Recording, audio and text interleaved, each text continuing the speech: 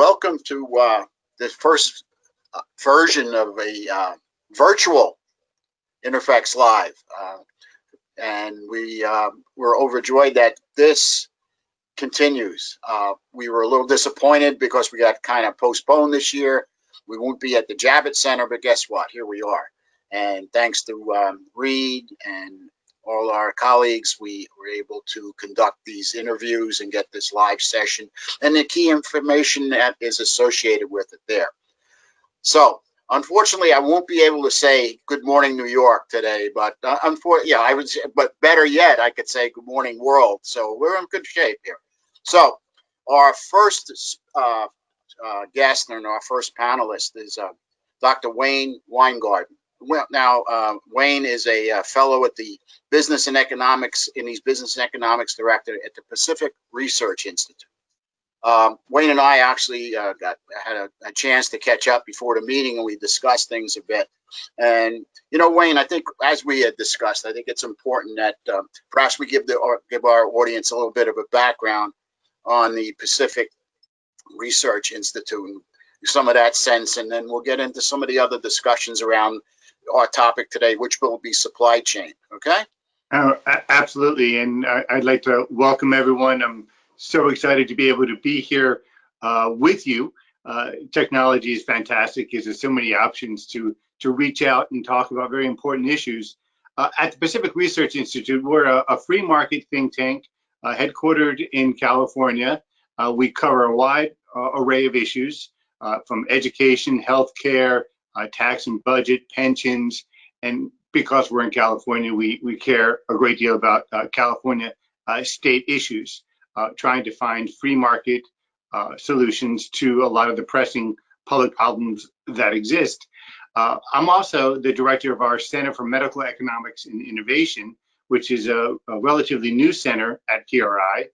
And the purpose of the Center for Medical Economics and Innovation is to really dive deep into the issues related to drug pricing and medical devices, because while healthcare is a very big research interest for us at PRI, the differences between some of the broader healthcare issues and drug issues we thought warranted a deep dive, and that's really what the center's mission is to find the free market solutions to help create more affordable and more innovation in this space.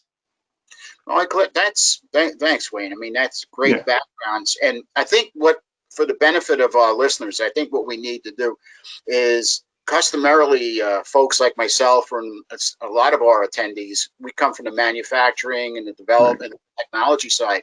And when we see a term called supply chain, we have, we go to a fixed idea as to what the supply chain is. So as we start to grind into the details here, why don't we define and discuss briefly, in your mind, what supply chain means in the context of what our conversation is going to be today? Absolutely. For me, I'm taking very much from a patient perspective. So when we're talking about supply chain, we're really talking about from the manufacturer getting the actual medicine, the drugs from the manufacturer through the supply chain, through the intermediaries, whether it's the distributors, wholesalers, the negotiations with the insurers and PBMs, all of those interactions that occur once the drug is made prior to where the patient actually is either infused or takes the medicine. Okay, so let's look at that. In other words, the current pharmaceutical supply chain, and obviously it's been getting a lot of attention lately, especially in the environment that we're in, where we're trying to get new vaccines, new compounds, new treatments out to market. But the inefficiencies of the supply chain, I think, in today's environment is going to be even worse. So why don't we talk? So in other words, what attention has the Pacific Research Institute and yourself looking at the supply chain as it is in anticipation of where we're going to be and the inefficiencies there? Well, I think you just hit the real question, right? This is it. And one of the interesting things that comes out of the supply chain, and I think part of the reason it's, why is it an issue now, right? And I think part of that is that there's a famous quote from an economist. We love to have quotes about inane issues, but Herbert Stein, he said, that which cannot continue won't.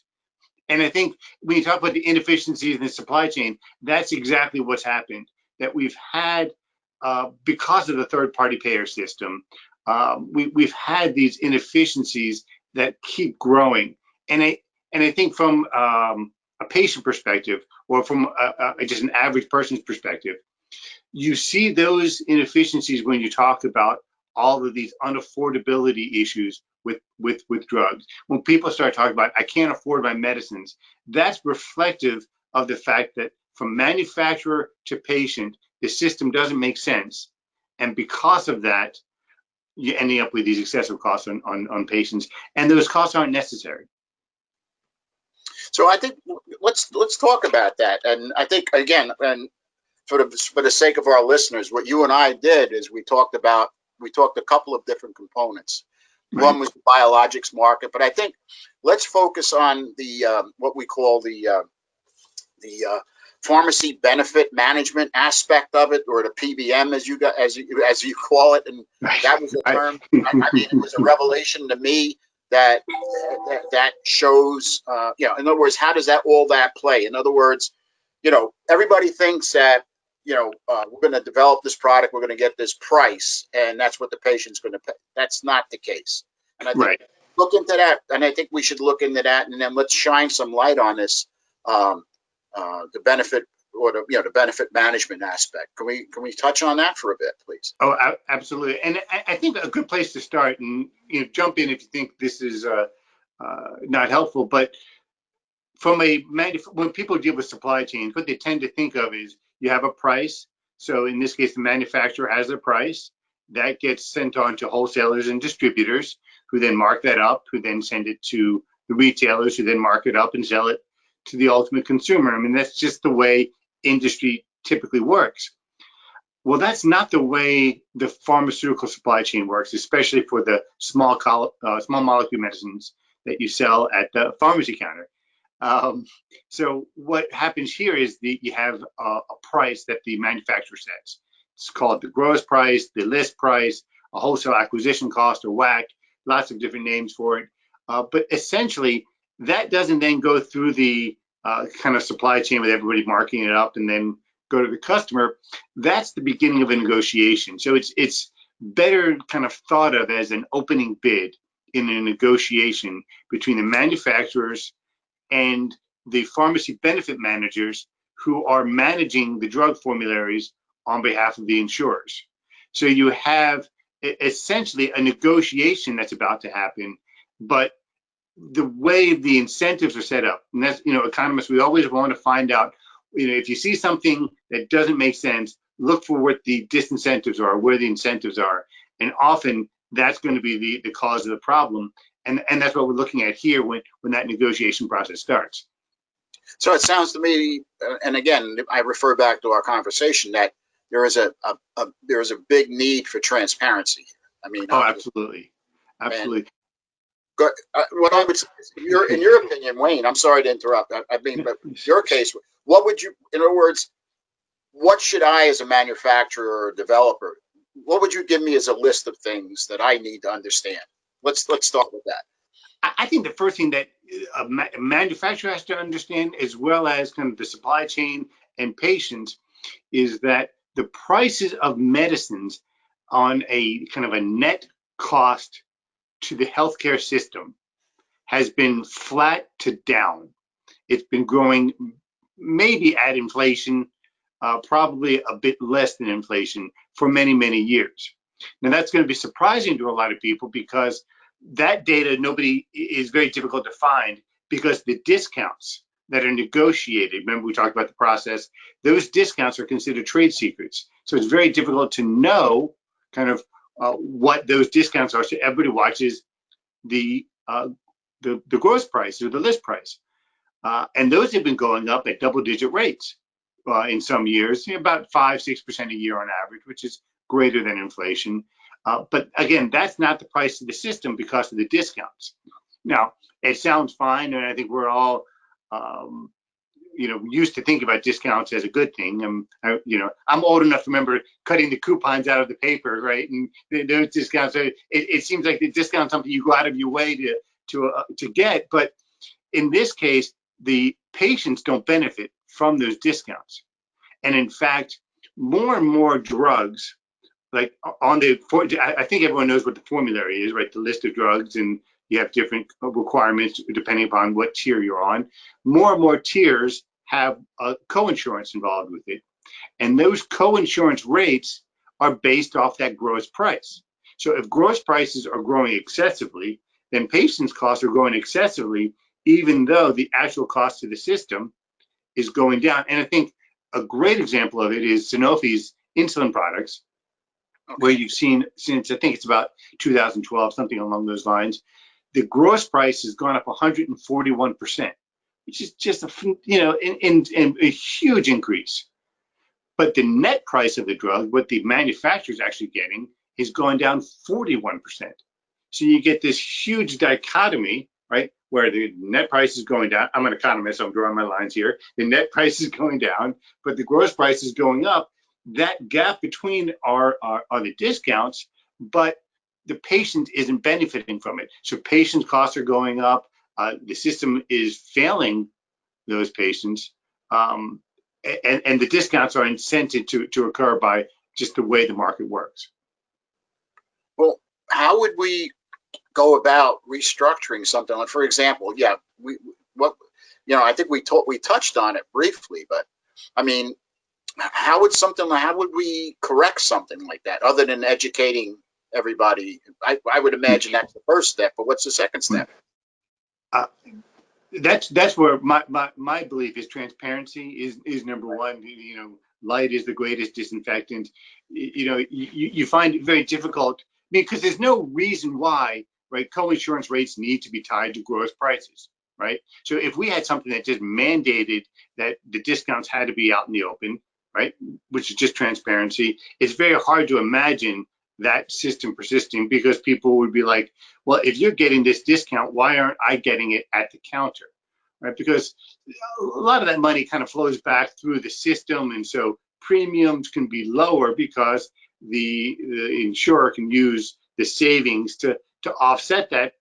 But then what you have is a very strange situation where patients who require high cost, expensive drugs are underwriting the cost for everyone, which is exactly the opposite of what insurance is supposed to be, right? Insurance is supposed to be everyone puts into the pot so that those who need it, right, who have had the unfortunate event, have lower costs. So that whole system doesn't make sense. So if we have transparency and we have mandating that the discounts have to be at the pharmacy counter, that would help collapse the system. And I think in an ideal way, we need to get to a net pricing model where you just have one price, and it works like any other industry where manufacturers set the price, everybody gets their cost of providing their service, and then it moves on to the patient. The negotiation needs to happen before then, so you have kind of that one net price model.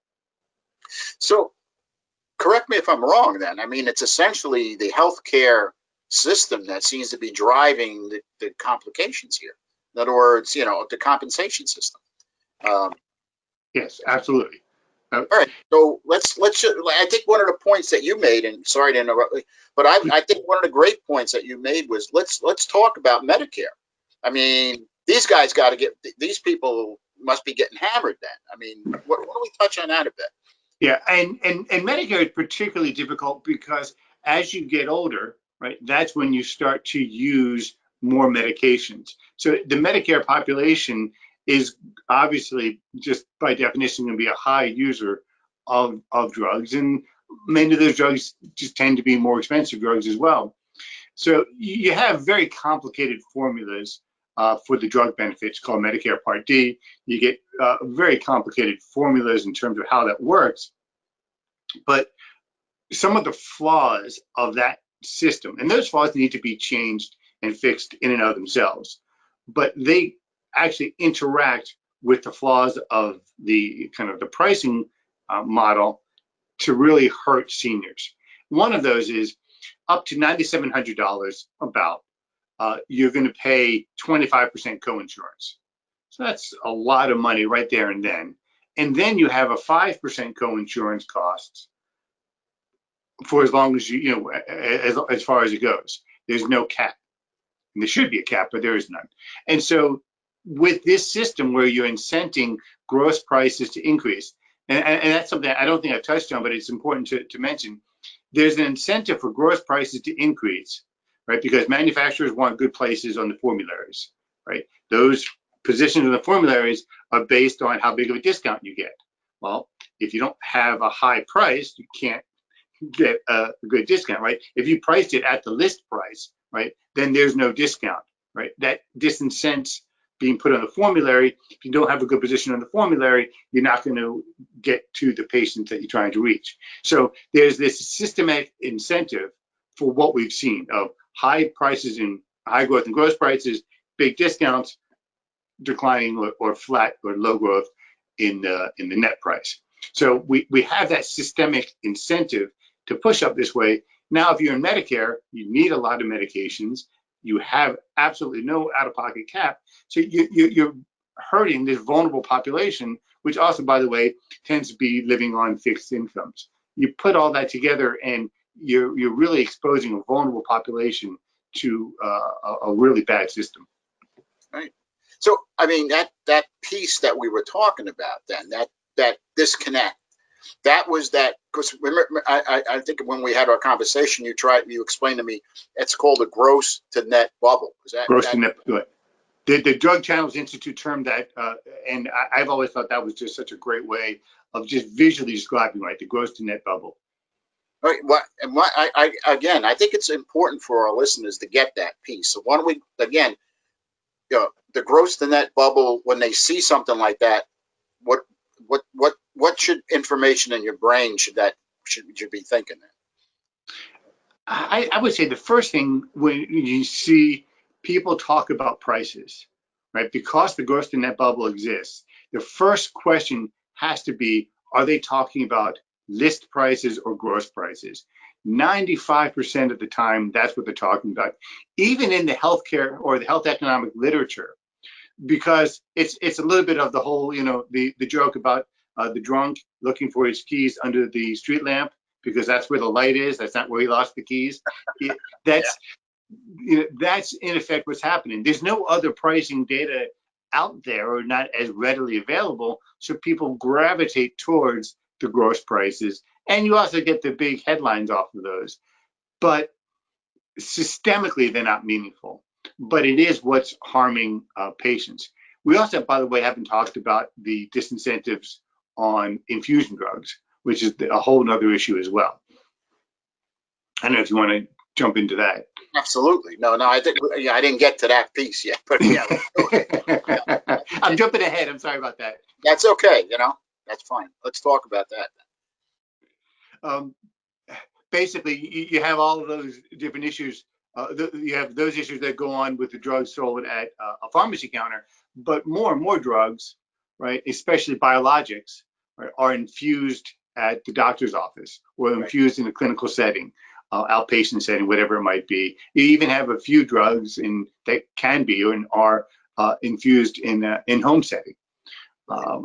When you're in the clinical setting, typically the way the pricing system works is that you have a markup on the price. So you have the average sales price. So the way Medicare works, and many of the privates are going to follow it, is you have the average price, the average sales price, which is calculated every quarter, and then you have a 6% markup. Okay, and the 6% markup is supposed to cover the cost of storing the drug, administering the drug, all of those things.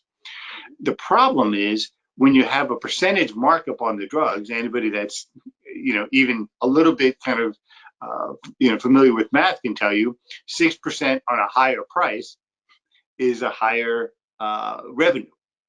And so you have this incentive. Again, economists, we focus on the incentives. The incentives of the system are to use high cost infusion drugs because that helps sustain kind of the revenues for the hospital system, whatever it might go.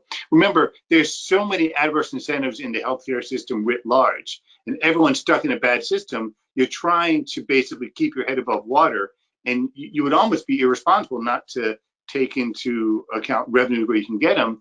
The problem is each one of those people, which maybe individually make sense, systemically it keeps making the situation worse. So you have this incentive for infusion drugs to use the higher cost, like biologic products, or originator biologics, as opposed to a biosimilar, right? Biosimilars are kind of like the generic medicines in the biologics market.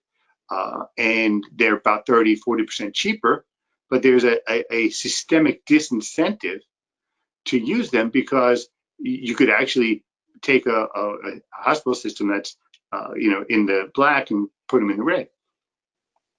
So I think this gets back to that conversation we've had. So it seems that the biosimilars have a unique situation going here.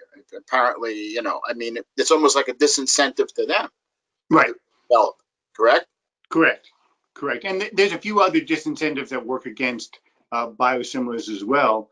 And again, when we talk about the drug affordability problem, often when you're talking about that, you're actually referring to biologics. I'm assuming everybody that's listening is familiar, but for those who aren't, a biologic medicine it differs from the medicines typically sold at the pharmacy. Those are typically made from chemicals, and once you have the formula, right, you can create a generic that just follows that formula.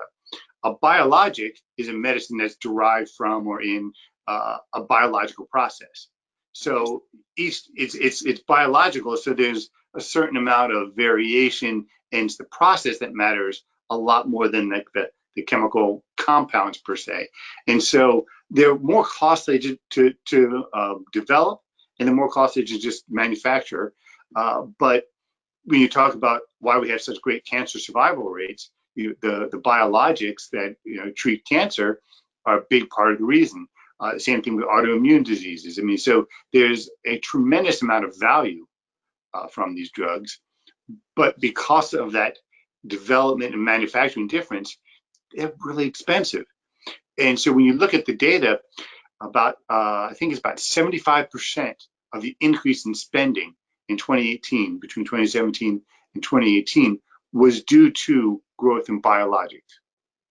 So when you talk about the costs of drugs, in a very real sense, you're talking about biologic markets. And part of the reason we haven't started bringing those costs down is that the competitors, right? The generics to the branded medicines, generics are 90% of the market. They create hundreds of billions of dollars of savings every year, and they help constrain prices there. We're not getting that same effect on the biologic side because the biosimilars, part because of the ASP markup issues we talked about. Also, there's discrimination in the formularies where you don't actually have the formula would say, okay, you have to first take the biologic, and only if you fail in the originator can then take a biosimilar. So you have these mechanisms that are just working against the biosimilars. Meanwhile, those costs are compared to where the biologic prices were prior to competition. They've brought down prices 30 to 40%. It's interesting. And I think one of the things that I think you and I talked about is there's the biologics, okay? Right. There's also the live cell and the so-called cell and gene therapy aspects that have been coming up. And as you and I were talking the other day, these things have a tendency to be, shall we say, somewhat pricey, although effective. And I thought, and where I'm going with this comment so that you can continue on was, I thought what your comment that the market insurance and pricing structures has not kept pace with the science. That's right. I think you touched on that with the biologics. It almost seems counterintuitive, but I think that piece there, in other words, the science is moving ahead with live cell, and the answer is you turn around and in the compensation area, it falls apart. Maybe we could drill into that a little bit, because I think the stuff you told me, it was a revelation to me.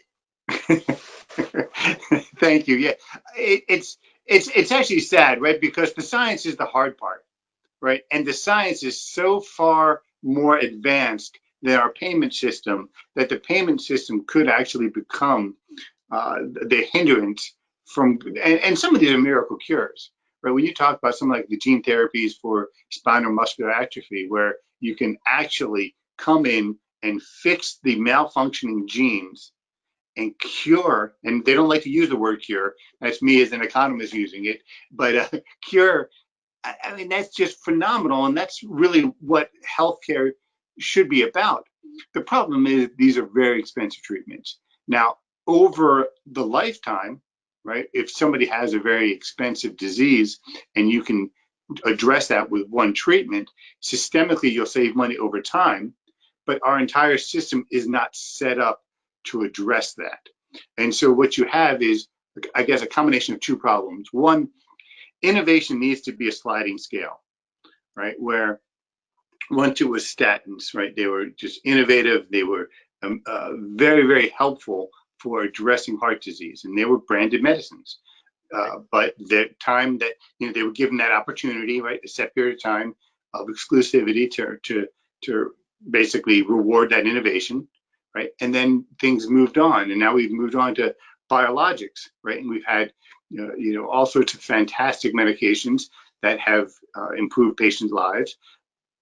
But we're getting on that sliding scale when we're supposed to be going to the next batch. That's slowed down a bit. And so that's part of the problem, is that we need to, the medicines that are supposed to have competition driving down price, we're not seeing that occur. And so we need to encourage that. That's why addressing the biologic problem is also part of the reason, or part of the answer to these cell therapies and gene therapies. But we also then need to have insurance work as insurance. And we need to come up with better reinsurance or high risk pools to address these truly extraordinary costs. And we need to come up with different mechanisms for patients to be able to cover their share of the cost over time. I mean, imagine, you take a treatment once, and it gives you, benefits over 50, 60 years, right? When you buy a house, you're getting all these housing services. You don't pay for that in 1 year, right? It's mortgaged out over, 30 years or whatever, the financial product is. We need that type of flexibility so patients can spread those costs over time.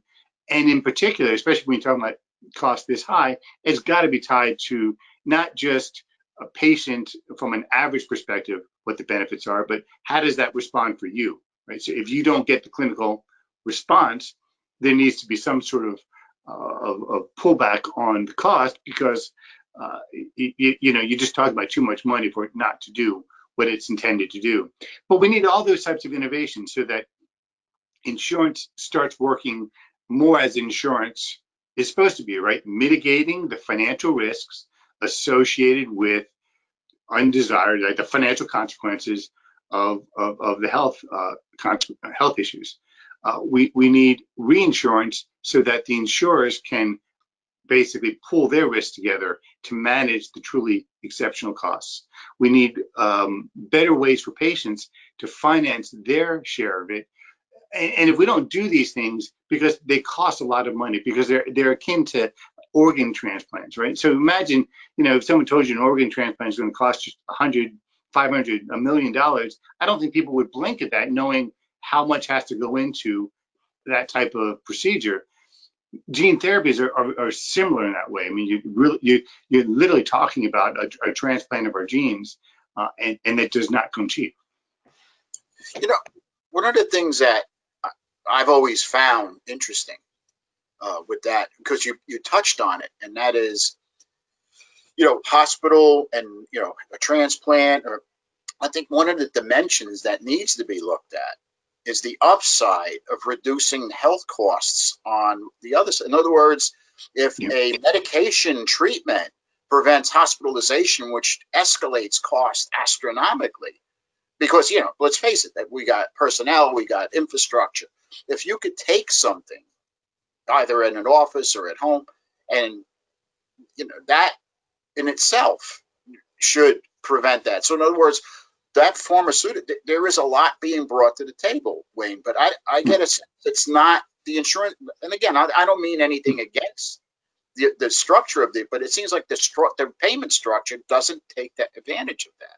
Right. No, it doesn't. And that's, part of innovation has got to be undoing old way of doing things. The employer sponsored plans, maybe that made sense years ago. I would argue it didn't, but let's not worry about that. There's a lot of disadvantages to that right now. Right. People change jobs every 5 years on average. So if you have that much turnover, you're not giving the insurers a stable pool, and you're also not giving them the incentive.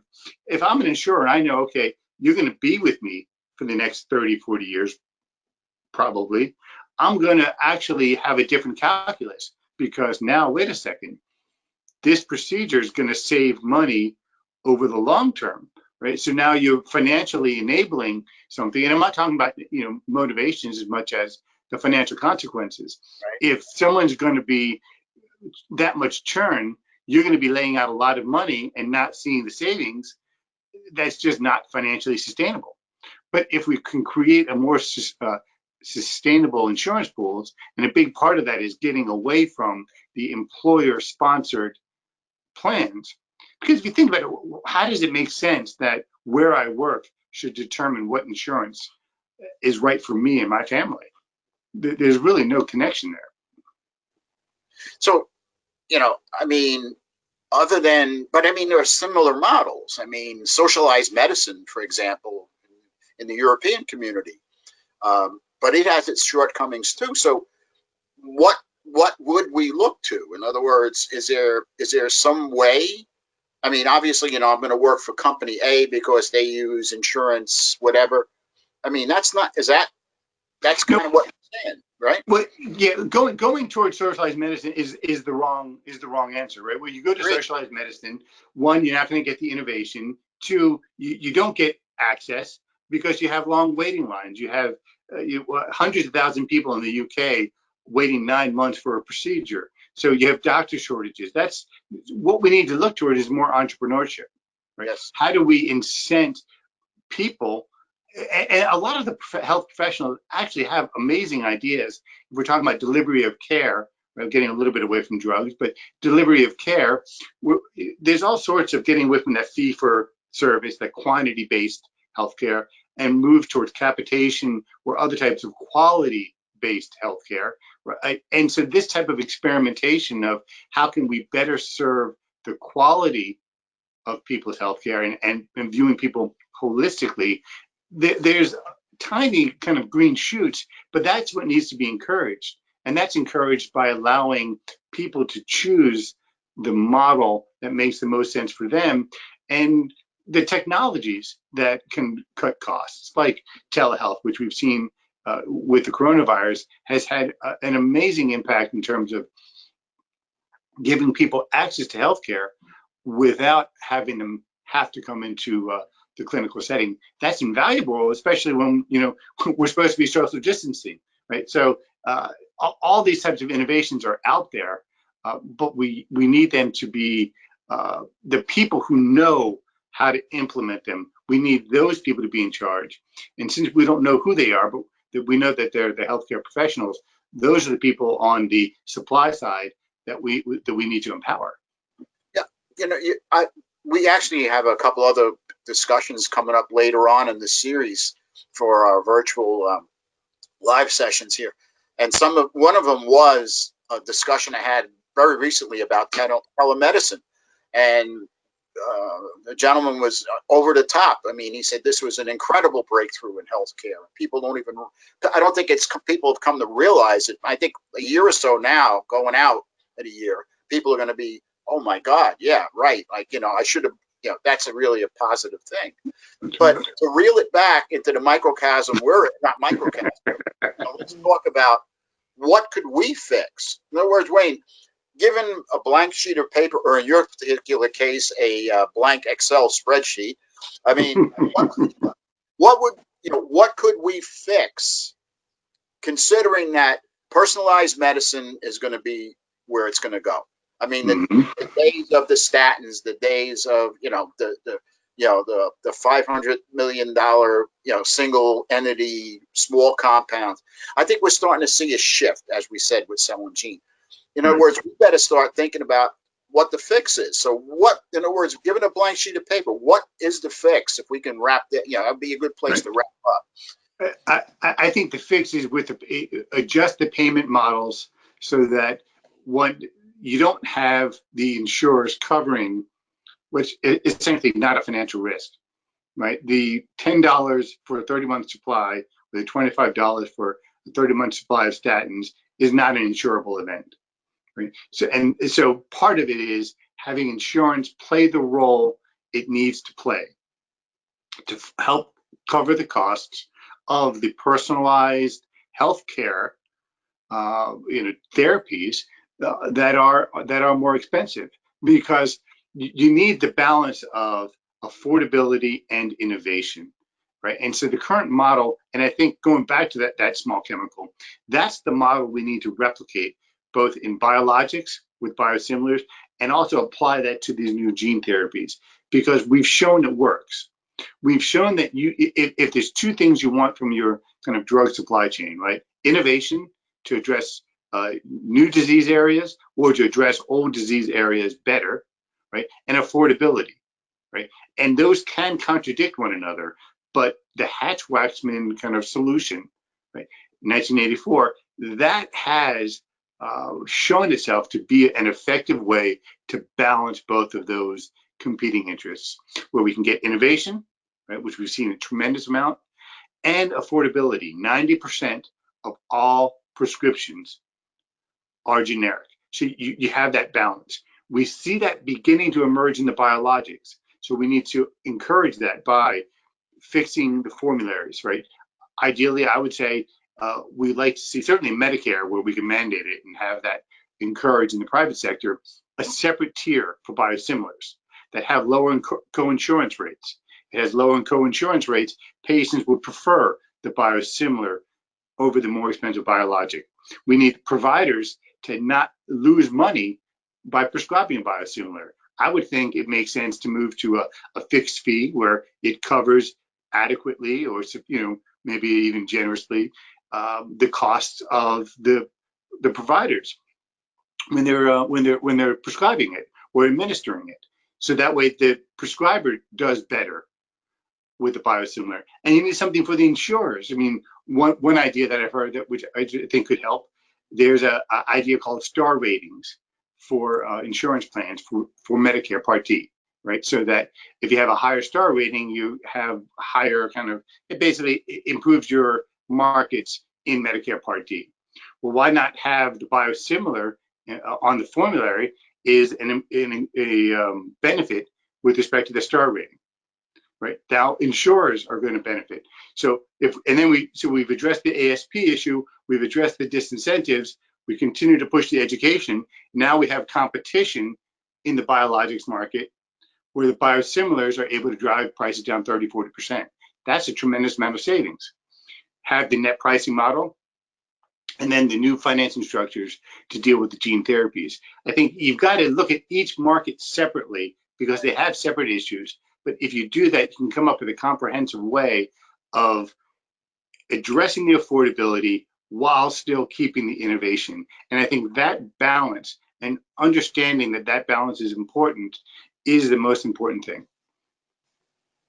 So what I'm hearing is the cell and gene therapy should have its own structure. Yeah.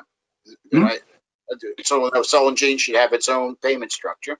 Well, it's the same way, right? If I'm going to go out and buy a glove, right, from the store, from Walmart, Target, whatever, right, that's going to be a very different type of transaction than if I'm going to go to the local car dealership and buy a car. It's a completely different transaction because of the scales that you're talking about. I get it. And and if I'm not mistaken, I mean, what we're saying is our system is not capable of shifting between those two things.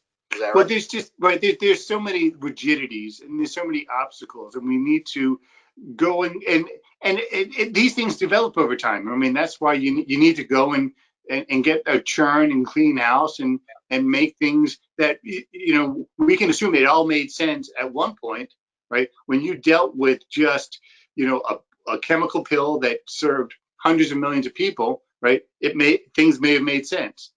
but technology has driven us beyond that, and it doesn't make sense for those new types of markets. So applying an inappropriate payment model to innovative technologies, it's not working out.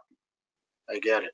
Yeah, and I think the point that you made around surrounding insulin kind of shows that point across, right? I mean, right. And I think insulin, it's that one drug that everyone keeps talking about. It's the one thing that we know is hurting patients. And to me, when I learned that stat, it just was overwhelming to me, because you see the heartbreaking stories of people who literally are rationing their insulin when they shouldn't be. And when you have people who are finding insulin less and less affordable, even though the price the manufacturer is receiving is going down and down, that's got to raise questions.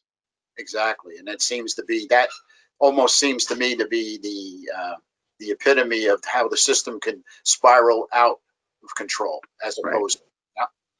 So, and I think that's also the key. It's the system. It's not any individual. There's no good guys or bad guys. We're all stuck in a bad system, and the answer is fix the system. Right. So I think the last question that I'm sure everybody's going to want to know is, who grabs the system around the head and says, "Okay, we got to fix this." I'm laughing because I wish I had the answer to that one. That's a great one. There's all sorts of kind of canned things that you could say, right? We have to do it or whatever. But seriously, it's hard work, and I think part of it is education, part of it is understanding, and part of it is pressuring Congress, because this is an important issue. Healthcare costs, and specifically drug costs, have to be brought under control. But if we don't do it correctly, what's going to end up happening is you're going to create lower costs at the expense of quality of healthcare, and that's not a trade-off, I think, that is worth doing.